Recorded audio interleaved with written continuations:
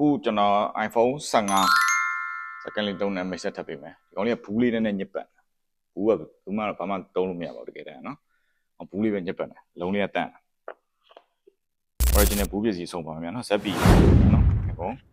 15တိုင်းအောင်လေးဗျာနော်ဟောလေးကျွန်တော်တနက်လေးရောင်းပေးမှာဗျာ iPhone 15လုံးဝအသက်တိုင်းတန့်တယ်ဗျာဘာ error မှမရှိဘူးဗျာနော်လုံးဝအတန့်ကြီးဗျာနော် iPhone 15 128GB ZBA region ဗျာနော်ဒီကောင်လေးကဟို battery health က83ကျန်အောင်ပါဗျာနော် battery health 83ကျန်အောင်ပါလုံးမိုက်တယ်ဗျာနော်တိုင်းအောင်လေးဗျ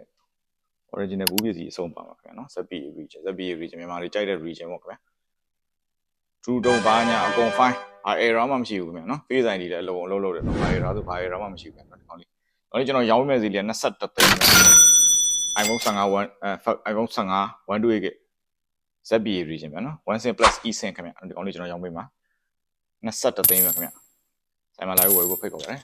ကျွန်တော်ဒီမှာ home page ကိုလက်ထပ်ရေးချဆိုပြီးဝယ်လို့ရတယ်ခင်ဗျာဒီဘက်ပြန်ကျွန်တော်ဖုန်းနံပါတ်လေးတင်ပေးထားမှာကျွန်တော်ဖုန်းဆက်ပြီးတော့မြန်မြန်စုံစမ်းနိုင်တယ်ခင်ဗျာအားလုံးကျေးဇူးထူးတင်ပါတယ်ခင်ဗျာ